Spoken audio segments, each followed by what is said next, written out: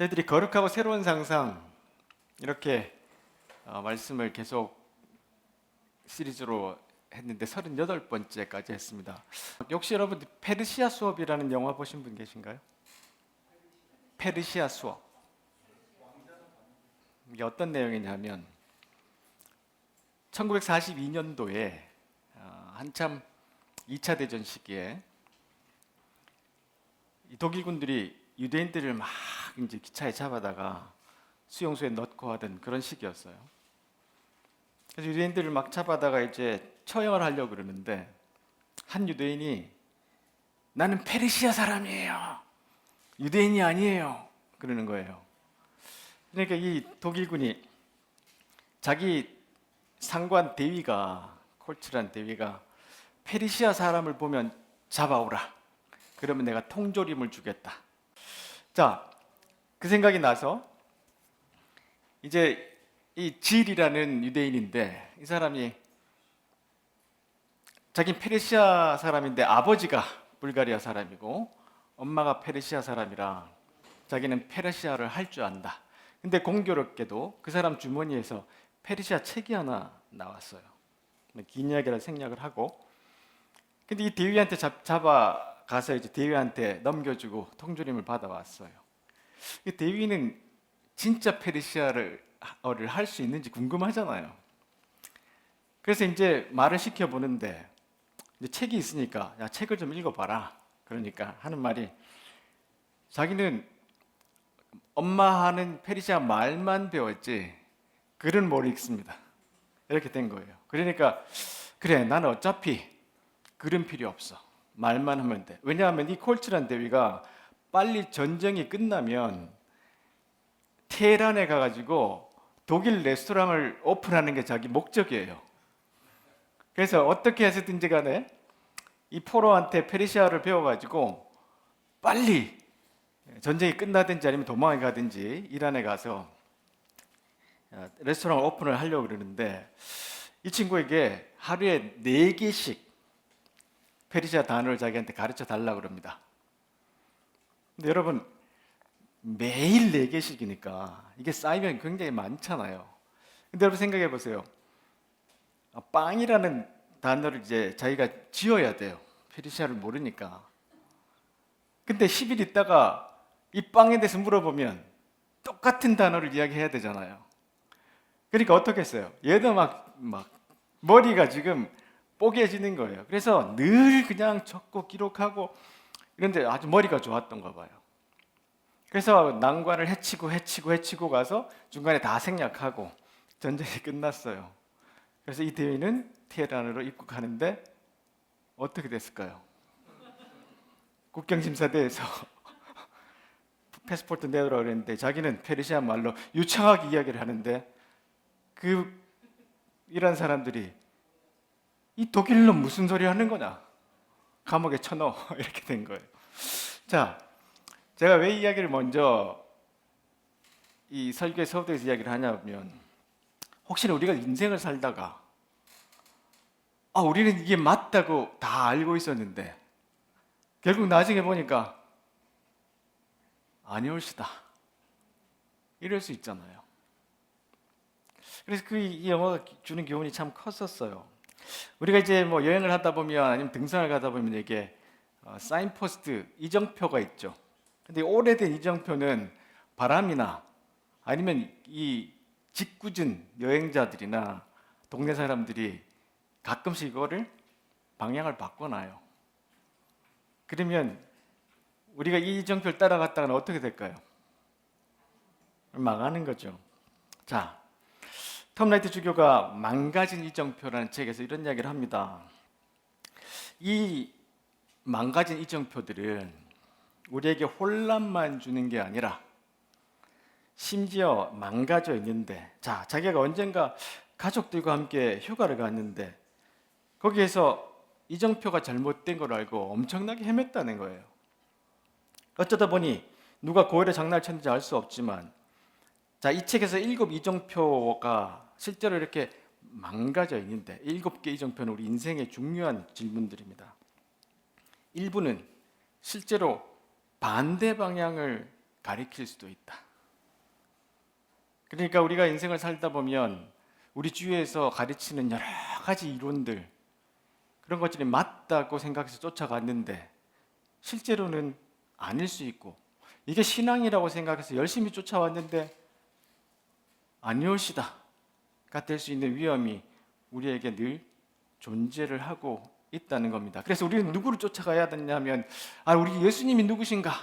그렇죠?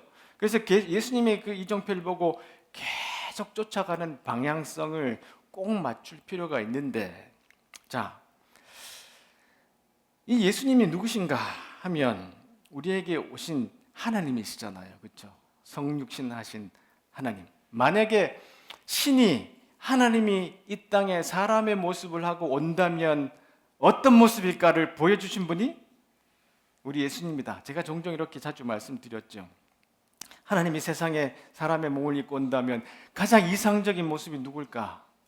이런 분이실 텐데, 이 만가지 지정표에서 톰 라이트 주교는 이런 표현을 씁니다. 우리는 창의적이고 성가시고 사랑이 많고 엄격한 이 사람을 보면서 사람들의 기대와는 정반대 방법으로 상황을 장악하는 것을 본다. 바리새인들과 여러 율법학자들도 자기들이 믿는 방향과는 다른 방향으로 예수님이 일하신 걸 봤잖아요.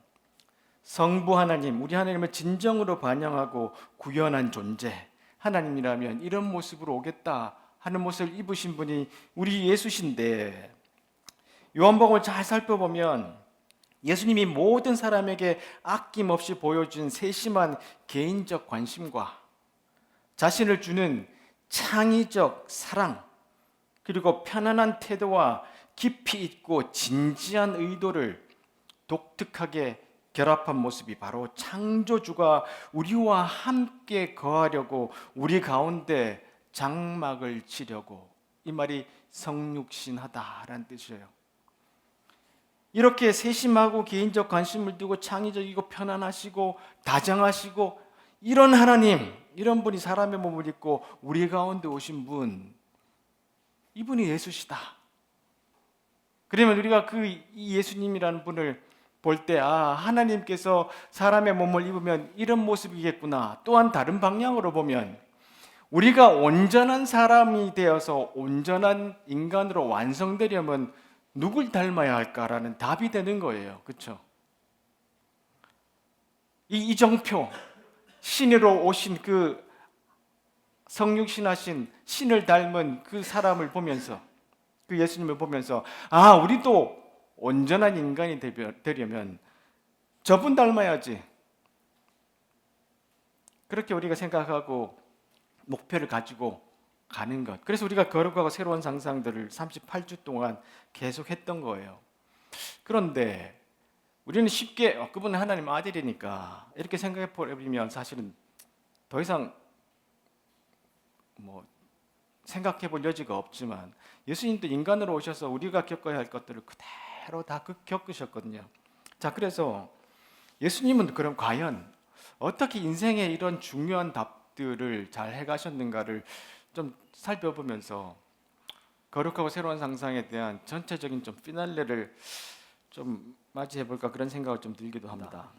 자, 예수님께서 성령이 충만해서 세례를 받으시고 난 다음에 요단강에서 돌아오셨어요. 자, 그리고 난 다음에 첫 번째로 이제 광야로 가셨잖아요. 우리는 이 이야기를 잘 알고 있습니다. 새로 이제 교회 오신 분은 잘 좀 덜 익숙하시지만, 예수님이 세례를 받으실 때 하늘이 열리고 하나님의 음성이 들리고 난 다음에 충만하신 다음에 바로 광야로 가셨거든요. 거기서 도전을 받으시는데 세 가지 도전을 받으시잖아요. 근데 이 세 가지 도전은 어떤 사람이 세상으로 나가기 전에, 그게 공직이 되든지 예수님처럼 공생애로 가시든지, 아니면 우리가 한 인간으로서 예수님 닮아서 살아갈 때 반드시 우리 스스로에게 물어봐야 되고 대답해야 될 세 가지 도전, 이런 생각이 들어요. 여기서는 이제 마귀라고 이렇게 표현을 해놨는데, 꼭 마귀가 이렇게 막 시커먼 이제 모습으로 나타나서 뿔 달린 날개를 검게 해가지고 옆에 와서 예수님 이렇게 했다기보다 40일 동안 인간으로서는 가장 고독하고 가장 쉽게 이제 그 명성을 잃어버릴 40일 동안 광야에 혼자 있잖아요. 아무도 알아주지 않잖아요. 그러니까 인간으로서는 가장 위험한 장소에 가장 밑바닥에서 마주쳐야 될 세 가지 질문. 이것을 40일 동안 예수님께서 씨름하고 씨름하고 씨름하셨던 이야기가 바로 이 누가복음 4장에 있는 이야기가 아닌가 싶어요. 40일 동안 예수님은 계속 이 본질적인 세 가지 문제, 이거를 답하지 못하면 나는 공생으로 나갈 수 없어. 그 대답을 계속해서 찾으셨던 거예요. 근데 그것이 참 힘드신 작업이었죠. 멍칭엔이라는 중국 한 저자가 우리는 왜 공허한가라는 책에서 제가 한번 인용한 적이 있습니다. 오늘 설계는 지난 이제 38주간의 설계에서 인용한 중요한 구조들을 많이 갖고 왔어요. 자, 종합해 보면 인간은 궁극적인 인생의 의미를 종교에서 말하는 천국이나 군주의 신성함 혹은 조상 숭배와 같은 외부, 이전에는 그랬잖아요. 신을 찾거나 아니면 다른 외부에서 인생의 의미를 찾으려고 했는데 이제는 그렇지 않다는 거예요. 자신의 육신과 삶에서 인생의 의미를 자꾸 찾는데 그럴 때마다 자꾸 환멸주의를 경험하게 된다는 거예요. 왜냐하면 인간이 두 가지 현실적인 어려움을 겪는데 첫째는 생계를 위해 끊임없이 노력하지만 상황은 좀처럼 나아지지 않아요. 요즘 특히 살기 힘든 시기를 지나고 있잖아요. 우리 모두가.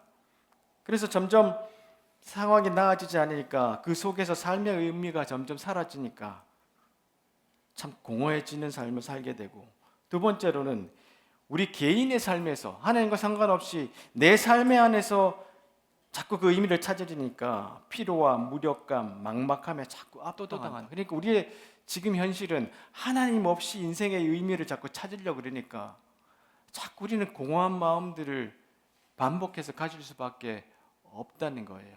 이 인생에서 답을 찾을 수 없기 때문에. 자, 그렇기 때문에 우리는 반드시 예수님께서 이 40일 동안 고통 가운데 묵상하시고 기도하시고 명상하셨던 것처럼 우리는 때때로 멈춰서, 이렇게 수련회 같은 시간에 멈춰서 나는 잘 가고 있나? 내 이정표가 바르게 가고 있나? 그걸 물어봐야 된다는 거예요. 그때 힘듭니다. 그렇죠? 40일 동안 굶주리고 외롭고 무시당할 것 같고 이제는 잊혀질 것 같은 이 시간이 외로우고 굉장히 고통스러운데, 고통스러울 때 관조가 일어난다 그랬어요. 깊이 인생을 들여다볼 수 있고 그 주변의 상황을 파악해 볼 수 있고 다시 한번 나아갈 미래를 향해서 전진할 수 있는 힘을 얻을 수 있게 되는 거예요. 그러니까 이 시간은 굉장히 고통스럽고 생소하지만, 근데 보세요, 보통은 이 장소가 굉장히 무섭다 그랬어요. 오늘도 몇 사람 제가 이야기 들어보니까 여기 해당되시는 분이 여기 앉아 계세요. 지금 여러 가지 변화의 상황 앞에서 무서운 장소, 그 기간을 통과하고 있는 분들이 우리 안에 있어요. 그것이 가정의 문제든지, 그것이 직장의 문제든지, 아니면 개인의 문제든지 간에 우리는 이 고통의 무서운 장소를 지나가는데 우리는 반드시 이때 멈춰서서 내가 바르게 저 이정표 예수라는 분을 바라보고 다가가고 있는가를 생각해 보는 것, 이것이 참으로 중요하다는 겁니다. 자, 그래서 오늘 이 말씀을 좀 보면서 몇 가지 좀 살펴보기 원하는데, 첫 번째로 진짜 결핍과 가짜 결핍을 구별할 수 있는 것. 진짜 결핍과 가짜 결핍을 구별할 수 있는 것. 자, 보세요. 예수님이 40일 동안 이렇게 금식하셨는데 금식하셨을 뿐만 아니라 그 환경이 너무 혹독했잖아요. 그러니까 춥고 덥고 목마르고 배고프고 사탄 같은 생각들이 와서 계속해서 짓누르고, 이런 생각이 올 때 인간의 가장 밑바닥, 여기에 처했을 때 우리에게는 결핍이 폭발적으로 덮쳐오는 시간을 맞이하는 거죠. 그때 마귀가 말하죠. 당신이 하나님의 아들이거든 이 돌을 빵으로 만들어라. 우리가 생각할 때는 얼마나 그 이야기가 내가 하고 싶은 이야기인가요? 그렇죠? 내가 이거 빨리 이 돌을 빵으로 만들고 싶었잖아요. 근데 사탄이 와서 이야기를 해줘요. 네가 할 수 있잖아. 이 돌을 빵으로 만들어라.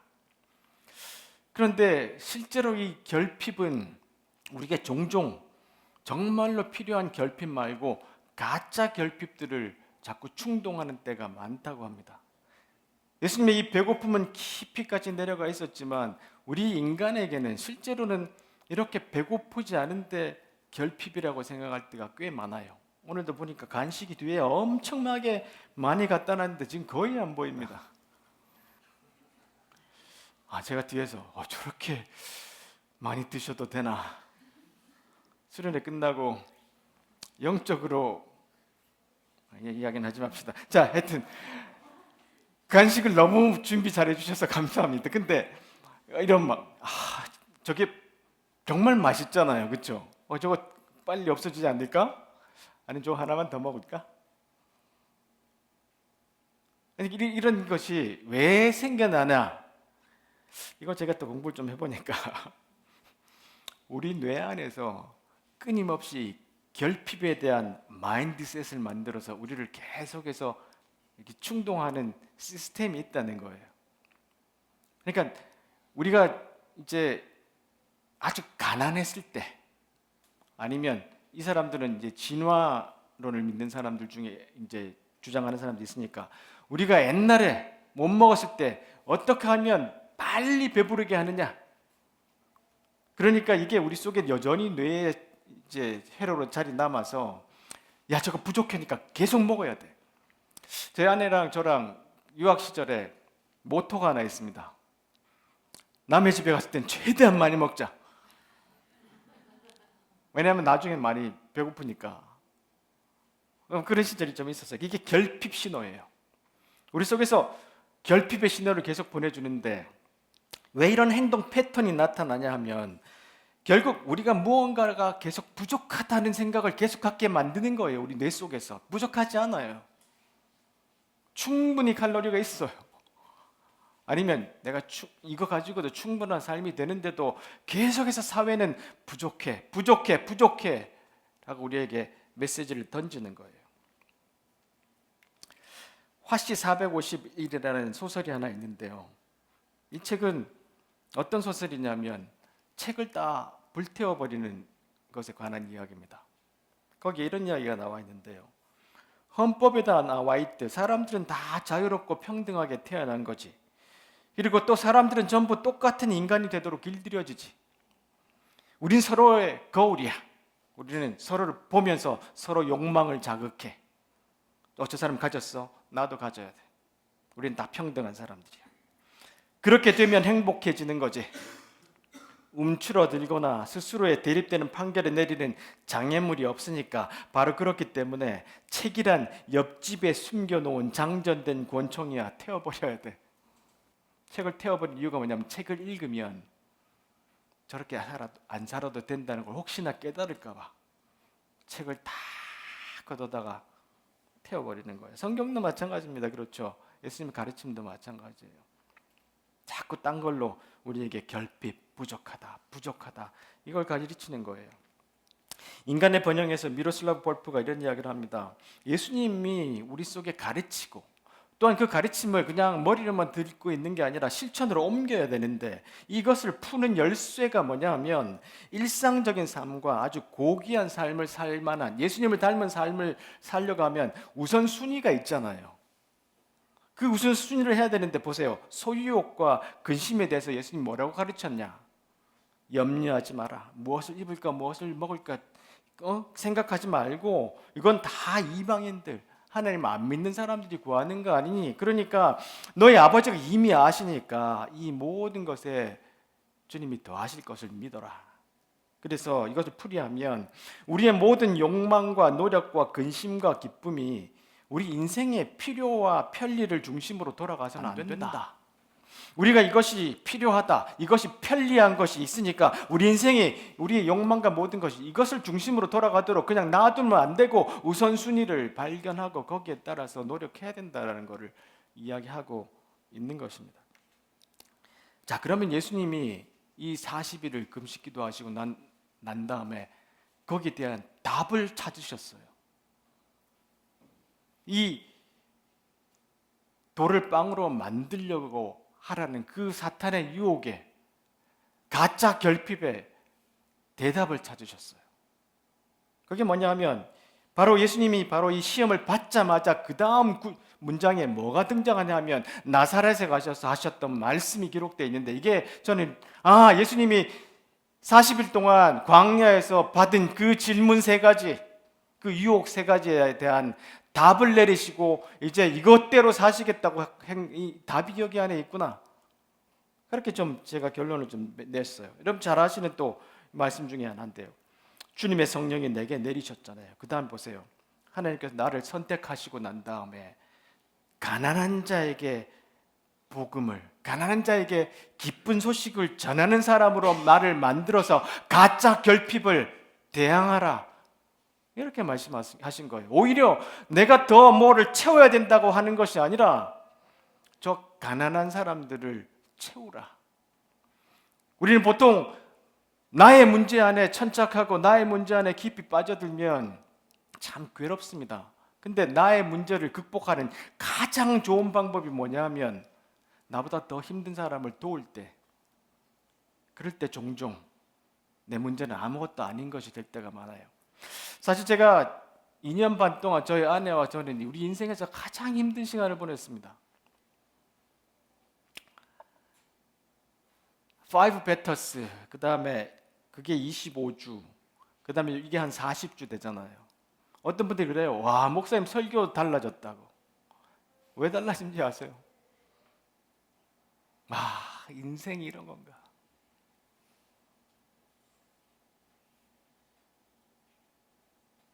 이게 40일의 광야 같은 시간들을 계속, 이게 바닥이라고 생각하면 지하실 1층이 있고, 지하실 1층 있으면 지하실 2층이 있고, 그런 시간들을 좀 지내다 보니까 계속해서 그 문제 안에 깊이 빠져들게 되잖아요. 근데 거기서 나오는 방법이 뭔가요? 그 문제 안에서는 결코 빠져나올 수는 없어요. 대부분 지하 3층, 4층, 5층 계속 내려갑니다. 근데 내가 빠져나올 수 있는 방법은 거기에 계속 빠져내려가지 말고 예수님이 찾으셨던 이 답, 가난한 자에게 좋은 소식을 주는 거예요. 가난한 자에게, 나보다 더 어려운 자. 보세요. 네가 결핍, 너는 부족하니까 이것 돌로 빵을 만들어서 너 먹어라고 하는, 욕망을 채우라는 그 사탄의 유혹에, 아니야, 나는 충분해. 나는 나의 인생의 삶이 이제는 가난한 자에게 좋은 소식을 전하는 삶이 될 거야. 그 다음 예수님의 삶을 쭉 보세요. 계속 그렇게 사시잖아요. 마태복음 8복을 보면 거기에 또 답이 있어요. 보세요. 벼랑 끝에 서 있는 너희는 복이 있다. 이게 마음이 가난한 자를 다른 말로 표현한 거예요. 벼랑 끝에 서 있는 자는 복이 있다.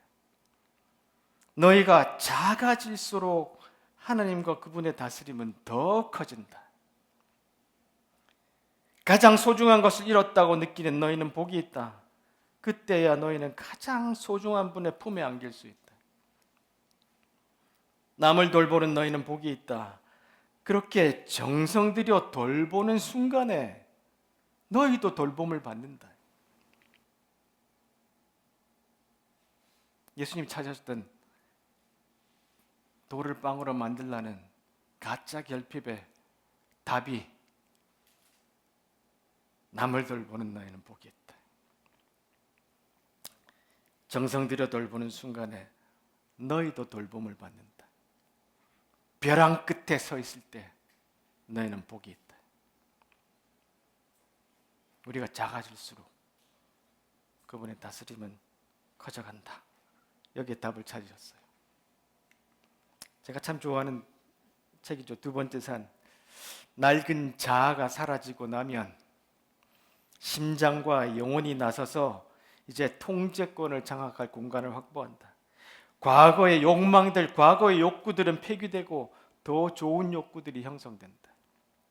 가난한 자에게 좋은 소식을 전하고자 하는 이런 욕구들이 형성되는데, 이런 움직임은 내면을 심화하고 외면을 확장한다.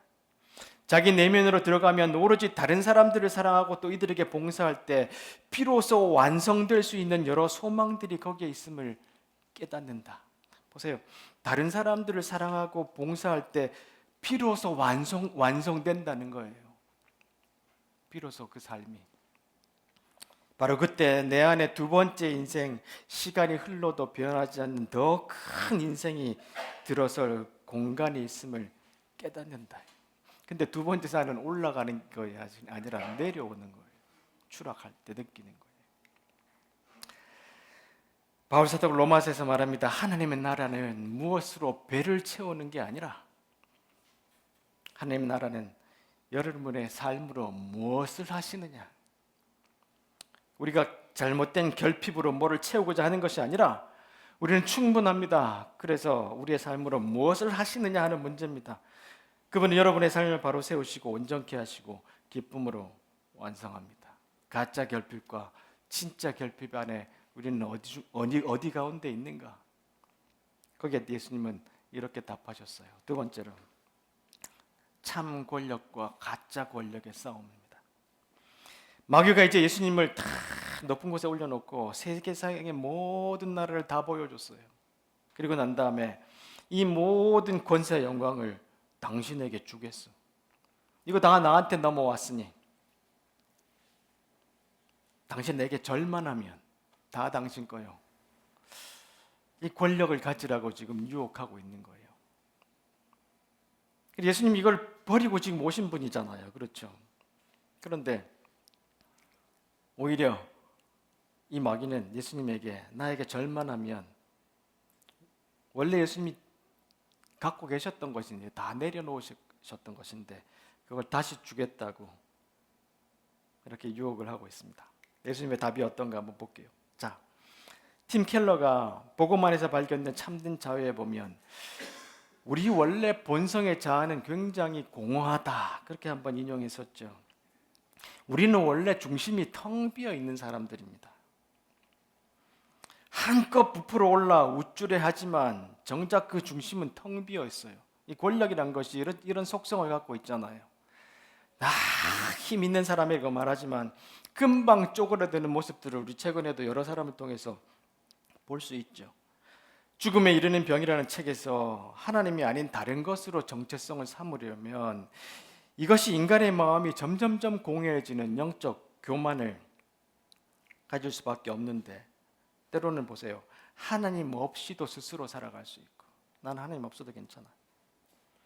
하나님과 상관없이 인간의 자신의 존엄을 지켜낼 수 있고, 하나님 외에 다른 것에서 삶의 의미를 삼을 만큼 중요한 목적을 발견할 수 있다는 환상이 바로 그 영적인 교만. 우리가 영적인 교만을 가지라고 지금 사단이 부추기는 거예요. 나에게 절만하면 이거 다 네 거야. 하나님 없이도 다 가질 수 있어. 이렇게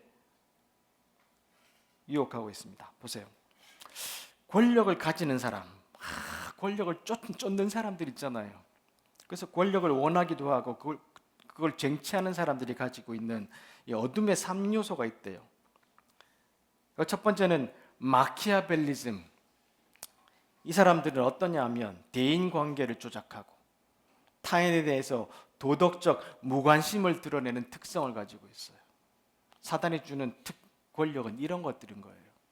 나르시시즘은 오만하고 자아도취적이고 과장되고 타인의 인정을 받으려는 욕구로 나타나는 성격을 가르치고, 가장 나쁜 사이코패스의 성향은 어떤 거냐 하면 공감 능력의 결여, 충동, 무분별, 조작, 공격성.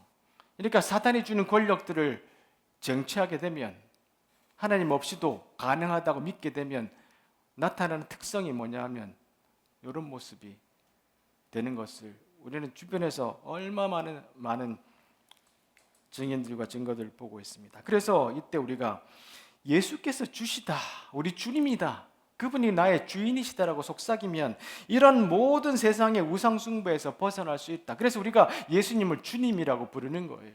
예수님이 주님이시다.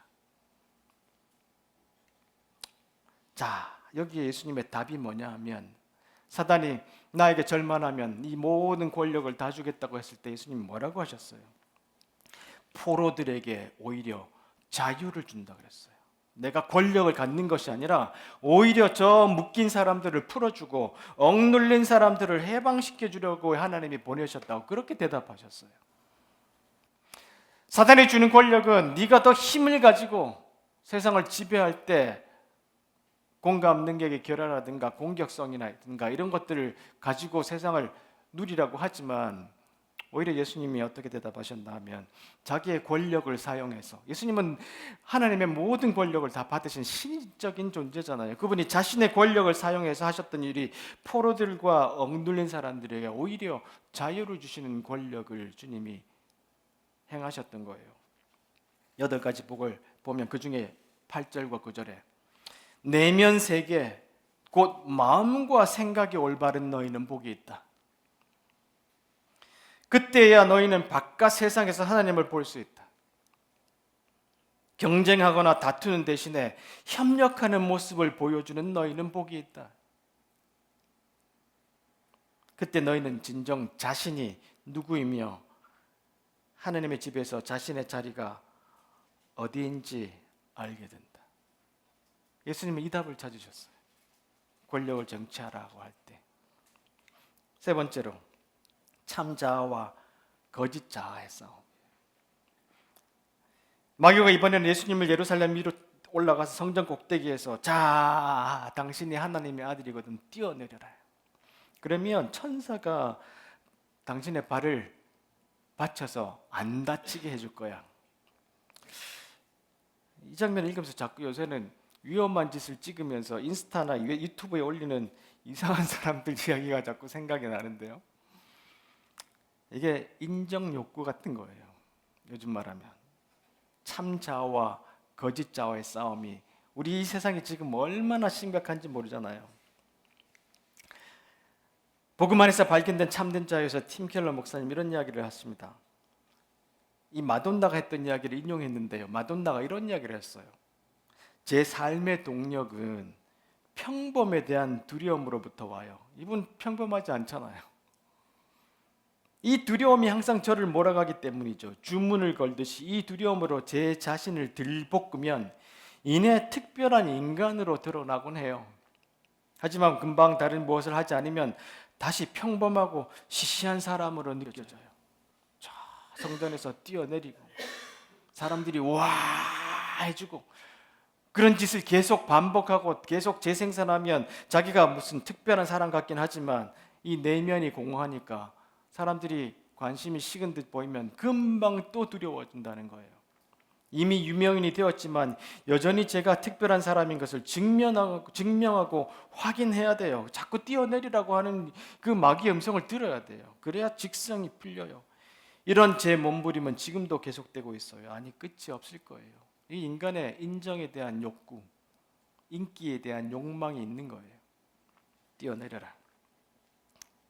내가 너를 유명하게 만들어주겠다. 팀 켈러가 다시 한번 이제 거듭해서 이야기를 풀어주는데 이렇게 이야기합니다. 하나님과 상관없는 자는 그 자체로 고통 덩어리입니다. 지금 마돈나의 마음이 지금 고통 덩어리잖아요. 부풀려지고 우쭐한 자아로 살아간다는 것은 정말 괴로운 일입니다. 인간 자아는 아주 자주 상처를 입습니다. 인간 자아가 터무니없이 어그러져 있기 때문에 항상 관심의 중심에 있고자 하고 사람들의 주의를 끌려고 합니다. 남들보다 잘 살아야 돼. 남들보다 더 멋져 보여야 돼. 지나갈 때마다 사람들이 나를 쳐다봐야 돼. 남들이 먹는 좋은데 가는데 나도 가 있어서 그 주목을 좀 받고 싶어 하는 것이 욕망들이 있어요. 그렇게 부풀려져 있는데 자신이 어떤 사람으로 보이는지 어떤 대접을 받는지가 가장 중요한 관심사기 때문입니다. 사람들은 기분이 상했다는 말을 자주 합니다. 하지만 사실 사람의 기분이란 상처를 입지 않습니다. 상처를 입는 것은 자신에 대한 느낌, 자신에 대한 이해입니다. 기분에는 아무런 문제도 없습니다. 자아가 상한 것입니다. 이 자아라는 건 정말로 중요하죠. 인생을 살아가는데 예수님이 이렇게 이 사단이 밀가 부르듯이 흔들 때 예수님이 흔들리지 않았던 가장 중요한 이유의 한 가지를 또 하나 성경에서 찾은 것은 이분이 보세요. 세례를 받을 때 하늘이 열리면서 성령이 임하셨잖아요. 그리고 하늘로부터 너는 내 사랑하는 아들이다. 내가 너로 말미암아 다 기쁘다. 이 목소리를 들으셨어요. 정체성이 확실하게 정해졌잖아요. 이렇게 세례를 받을 때 이렇게 뭐 그림을 그려놓으니까 멋있는 것 같은데 실제로는 어떤지 모르겠어요. 자, 그런데 예수님만 그랬나요? 스바냐서에 보면 보세요. 우리 모두에게 하는 말씀이에요. 너의 하나님 여호와가 너의 가운데 계시니 그는 구원을 베푸실 전능자시라. 그가 너로 말미암아 기쁨을 이기지 못하신대요. 나 같은 존재로 인해서 하나님이 기쁨을 이기지 못하신대요. 우리의 정체성이 그런 사람입니다. 사실 못났잖아요. 성질내고 막 짜증내고 괜히 아내 핍박하고 자기가 잘못했으면서 이렇게 사과하는 겁니다. 이렇게 앞에서 못났잖아요. 우리 다 못났잖아요. 근데도 보세요. 그의 전능자가 너로 말미암아 기쁨을 못 이긴답니다. 이게 우리 정체성이라는 확신을 우리가 가져야 돼요.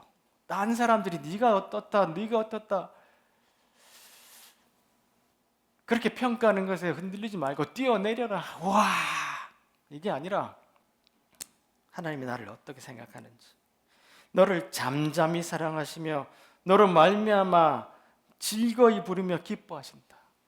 우리 하느님이 예수님을 한테 너는 내 사랑하는 아들이야 라고 했던 그 음성이 사실은 오늘 이 말씀 통해서 우리에게도 들려야 돼요. 넌 내 사랑하는 딸이야. 지금 너가 잘 안 돼도 괜찮아. 지금 어려워도 상관없어. 나는 너로 인해서 기쁨을 참을 수 없을 만큼 기뻐하는 소중한 존재야. 그런 정체성의 확신이 우리 속에 있어야 이 세상에서 뛰어내려라. 돌로 빵 만들어라. 나에게 절해라. 이런 유혹에 흔들리지 않을 수 있다는 거예요. 팀 켈러가 또 하셨던 말씀을 인용했는데요. 이 책에도 보면 다른 모든 문화나 종교는요, 네가 뭘 했기 때문에 인정받아라 이렇게 가르쳐요. 그렇죠? 그런데 유일하게 기독교만큼은, 유일하게 우리가 믿는 이 그리스도교 안에는 우리의 어떠함과 상관없이 주어지는 정체성, 값없이 주시는 은혜가 우리한테 있는 거예요. 우리가 아무것도 하지 않아도 그분이 우리를 위해서 죽으시고 우리를 사랑한다. 이게 우리 아버지께서 던지는 메시지고 그 예수님이 우리를 위해서 그렇게 행하셨던 것이에요. 예수 그리스도가 이미 성취했기 때문에 우리를 사랑해 주시는 거지 우리가 뭘 잘하고 잘못해서가 아니라는 거예요. 이게 우리가 예수님을 따르는 그 아주 기본적인 이유입니다. 그래서 이 8가지 복 8복에서 보세요. 더도 말고 덜도 말고 자신의 모습 그대로 만족하는 너희는 복이 있다. 우리 다 같이 한번 외쳐봅시다. 시작. 더도 말고 덜도 말고 내 꼬라지 이대로 만족하는 너희는 복이 있다. 나 때문에가 아니라 우리 예수님 때문에. 그때 너희는 돈으로 살 수 없는 모든 곳에 당당한 주인이 된다. 와, 번역 잘했죠. 유진 피터스 목사님 참 대단하신 분이에요. 더도 말고 덜도 말고 자신의 모습 그대로 만족하는 너희는 복이 있다. 그때 너희는 돈으로 살 수 없는 모든 곳에 당당한 주인이 된다. 자, 6절 다 같이 시작. 하나님께 입맛이 당기는 너희는 복이 있다. 그분은 너희 평생에 맛볼 최고의 음식이요 음료다. 8절이요 시작. 내면색이 있고 마음과 생각이 올바른 너희는 복이 있다. 그때야 너희는 바깥 세상에서 하나님을 볼 수 있다. 예수님이 이렇게 답을 찾으셨어요. 뛰어내리라 하는 것에 이렇게 대답하셨어요. 그렇게 사셨잖아요. 그래서 제가 이 상상력이라는 키워드를 이 책에서 가져왔었는데, 하나님 나라를 상상하라 이 책에서 제임스 K. 스미스가 우리 기독교인으로 살아가려면 성령께서 우리에게 주시는 이 상상력의 회심이 필요하다. 이 사탄의 상상력은 이거밖에 안 돼요. 돌을 빵으로 만들어라, 내게 절해라, 뛰어내려라. 이것이 그 사탄이 갖고 있는 상상력, 그거밖에 안 됩니다. 근데 우리는 대부분 그게 올바른 이정표인 줄 알고 그쪽으로 계속해서 쫓아가요. 이정표가 바뀌어 있는데도 그게 맞는 줄 알고 쫓아간단 말이에요. 근데 예수님이 우리에게 바른 이정표를 주셨는데, 그러려면 우리의 상상력은 오늘 예수님이 하셨던 것처럼 이 팔복처럼 누가 복 있는 사람인가, 우리의 이 상상력이 바뀌어야 돼요.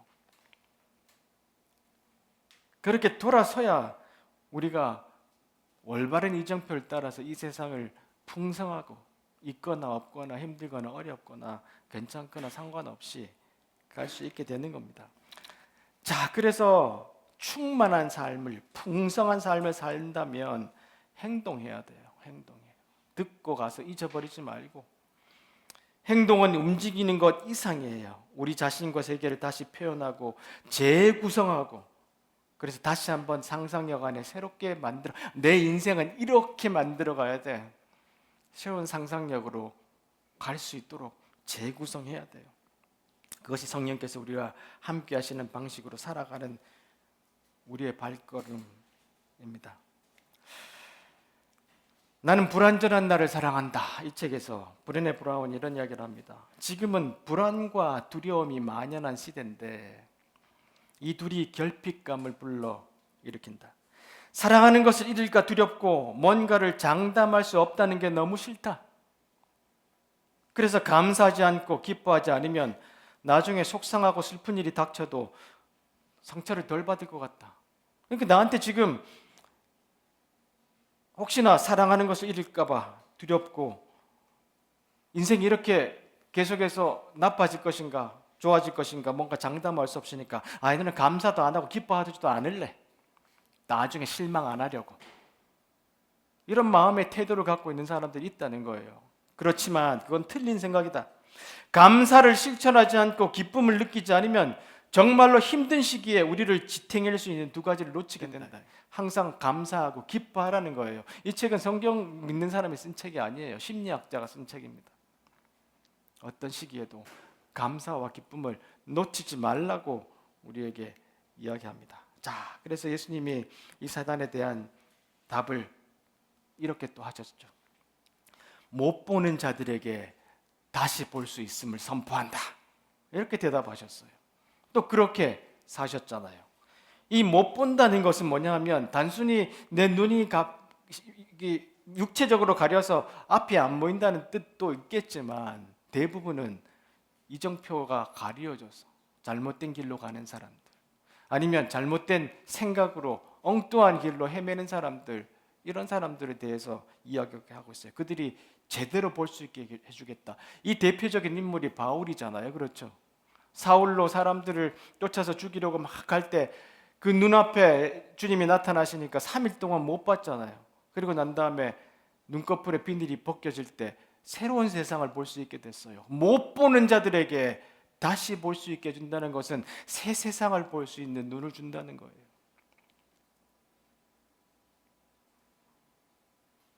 사단이 뛰어내려라. 잘못 보고 있는 거잖아요. 그럴 때 진짜로 볼 수 있게 해주는 눈을 주겠다. 사람들에게 그렇게 인도하시고 세상을 또 살으셨죠.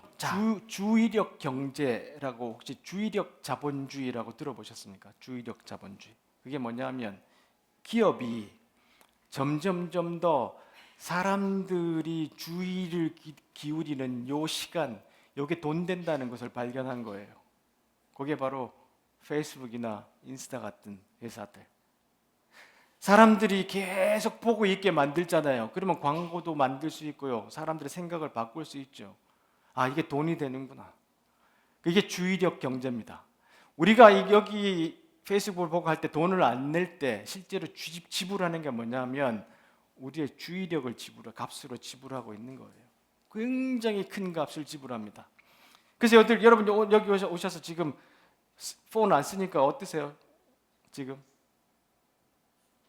좀 불안하시죠? 오늘은 어떤 뉴스를 내가 놓쳤나? 아니면 오늘은 주가가 어떻게 되나? 제가 일주일에 두세 번씩 동네 테니스장에서 테니스를 치는데요. 제가 목사라는 걸 숨기고 지금 1년 반을 성공적으로 테니스 치고 있습니다. 그래서 저 스파이처럼 이분들이 어떻게 사는지 다 이야기 듣습니다. 모이자마자 첫 번째 이야기 주가입니다. 주식 종목, 그 다음에 코인, 그 다음 부동산. 남자들이 모이니까 대부분 이 세 가지 가지고 계속 만날 때마다 이야기를 하더라고요. 아침이나 저녁이나. 불안하잖아요. 그러니까 항상 쳐다보고 있잖아요. 자, 이렇게 우리의 주의력을 빼앗는 이 시기를 우리가 살아가는데 보세요. 사이렌스 콜. 사이렌스가 뭐냐면 이 요정들이 이 배를 타고 지나갈 때 그리스 신화에 노래를 부르면 그 선원들이 그 소리를 듣고 물에 빠져 죽잖아요. 그 이야기를 사이렌스 콜인데, 주의력 자본주의는 우리 시대의 비즈니스 정치를 어떻게 바꾸는가, 이런 책이에요. 보면 주의력 경제는 국민에게 강요되는 나쁜 신약이나 부정적인 영향을 광범위하게 미치는 중독성 물질 또는 사회적인 영향을 널리 끼치는 파괴적이고 새로운 형태의 미디어와는 다르다. 이것은 훨씬 더 심각한 차원의 문제인데, 이 시대의 가장 큰 특징은 우리의 주의력이 가장 중요한 자원이자 동시에 우리를 인간답게 만드는 본질적인 요소라는 데 있다. 토지, 석탄, 자본과 같은 외부의 자원과 달리 이 시대의 주요 자원은 우리의 정신 속에 있다. 그리고 이를 추출하려면 우리의 마음 깊이 시추해야 된다. 우리 마음 깊은 곳에 계속 들어와서 우리의 이 비싼 주의력, 이거를 캐가려고 계속해서 우리를 클릭하게 만드는 그런 알고리즘들을 만들고, 그렇게 우리는 또 클릭 넘겨보고 이런 일을 하게 됩니다. 나의 빛을 가리지 말라는 책에서도 이런 이야기를 하는데요. 만약에 가령 우리가 추구하지 않는 모든 목표, 취하지 않는 모든 행동, 다른 것들에 주목했더라면 될 수 있었던 모든 가능한 자산들, 이게 주의력 경제력이에요. 이거 보다가 이런 일을 다 놓칠 수 있는데, 우리는 주의를 기울일 때 가능했던 사라진 미래를 지불한다. 우리는 드라마 왕자의 게임, 이거 좀 지난 책이라고, 우리는 드라마 왕자의 게임 새 에피소드를 보기 위해 불안해하는 자녀와 함께 진심 어린 대화를 나눌 기회를 지불한다. 소셜미디어에 추가적인 시간을 들이기 위해 이루지 못한 잠, 그리고 다음날 아침에 맛보지 못한 상쾌함을 지불한다. 자신이 혐오하는 정치인에 대한 분노를 자극하는 클릭베이트를 클릭하기 위해 인내심과 공감을 지불한다. 그리고 애초에 그 미끼를 물도록 스스로를 허락한 자기 자신에 대한 분노를 지불한다. 우리 마음 깊은 곳에 시추해 놓고 우리의 정신력을 계속해서 빨아냅니다. 그러다 보니까 우리의 이정표가 자꾸 망가져요. 그것만 쳐다보고 있으니까 그게 진짜인 줄 알고 쫓아가게 돼요. 얼마나 많은 값을 치르고 있는지를 깨닫고 돌아서야 되는데 참 안 된다는 거예요. 불행히도 교회는 내용과 메시지에만 초점을 맞추기 때문에 이런 전 지구적인 변화를 잘 못 알아챈다. 그들이 노리는 것이 우리의 상상력이다. 사단이 하는 상상력은 이 세 가지, 이거밖에 안 되지만 예수님이 하셨던 이 커다란 상상력, 그들은 그걸 노리는 거예요. 근데 우리는 계속해서 우리 마음 깊은 곳에 꽂혀있는 이 시추선에 계속해서 우리의 중요한 주의력을 빼앗기는 거죠. 자, 그래서 우리가 상상력을 새롭게 해야 된다. 그래서 거룩하고 새로운 상상, 그걸 38주씩이나 한 거예요. 이제 말씀을 좀 맺을 때가 됐습니다. 인간 간 관계가 부드러울 때, 헌신이 강력할 때, 의사손톱이 순수할 때, 인생의 상처들이 치유되고 잘못된 것들이 용서받을 때, 사람들은 서로를 향해 구부러져 서로 밀접하게 얽히고, 그리하여 거기에서 어떤 신비로운 불타오름이 일어난다. 마치 이 장소처럼 사랑이 사람들 사이에서 물로부터 찬연하게 피어오른다. 더할 나위 없이 순수한 불꽃으로. 바로 이 장소 바람빛 교회가 바로 이런 공간이 돼야 되겠다, 그런 생각을 합니다. 새로운 상상력으로 나아가는 그런 공동체. 오늘 우리 아이들 얼마나 예쁩니까? 그렇죠? 이 아이들이 빼앗기고 있는 이 상상력의 세계, 잘못된 이정표, 여기를 돌려주려면 우리부터 변해야 돼요. 우리가 달라져야 돼요. 새로운 상상을 할 수 있는 우리가 되기를 간절히 바라고 갈라디아에서 말씀하고 마치겠습니다. 그러나 우리가 하나님의 방법대로 살면 어떤 일이 일어날까요? 과수원의 과일이 풍성히 맺히는 것처럼 하나님께서 우리의 삶에 여러 가지 선물, 다른 사람들에 대한 호의, 풍성한 삶, 고요함 같은 것들을 풍성히 주실 것입니다. 또한 우리는 끝까지 견디는 마음과 긍휼히 여기는 마음과 사물과 사람들 속에 기본적인 거룩함이 스며들어 있다는 확신을 갖게 될 것입니다. 우리는 충성스럽게 헌신하고 우리가 살아가는 방식을 강요하지 않으며 우리 에너지를 슬기롭게 모으고 관리할 수 있을 것입니다. 예수님이 통과했던 이 세 가지 엄청난 질문, 이건 우리에게도 똑같이 오늘날 주어져 있습니다. 이걸 통과해야 좋은 부모가 되고, 이걸 통과해야 좋은 직장 상사가 되고, 이걸 통과해야 좋은 아내, 좋은 남편이 되지 않을까, 그리스도인으로서. 그래서 이 질문이 우리 속에 들어와 있어야 하고, 또한 그 답은 우리 예수님이 내신 것처럼 가난한 자에게 좋은 소식을 전하고, 포로된 자와 억누린 자를 해방시켜주고, 못 보던 자들을 보게 해주는 새로운 상상력으로 이끌어가는 이 답, 이걸 우리 교회가 또 나눠줄 수 있다 그러면 우리 주님이 우리 인생에 맡겨진 풍성한 삶, 그래서 우리가 온전히 살다가 갈 수 있지 않을까 생각합니다. 기도하겠습니다.